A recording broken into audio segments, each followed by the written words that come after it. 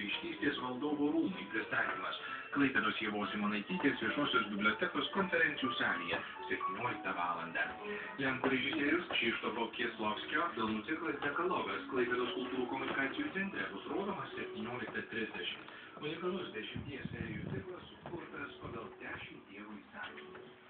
Martyno Vainilaičio knygos Mauliukas pristatymas Varėnos viešojoje bibliotekoje 12 valandą. Martyno Vainilaičio knygos ištraukas skaitys aktoriai Birutė Mar ir Gediminas Storpirštis.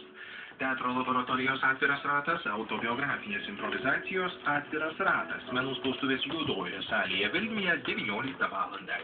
Keli žvilgsniai parodų sales.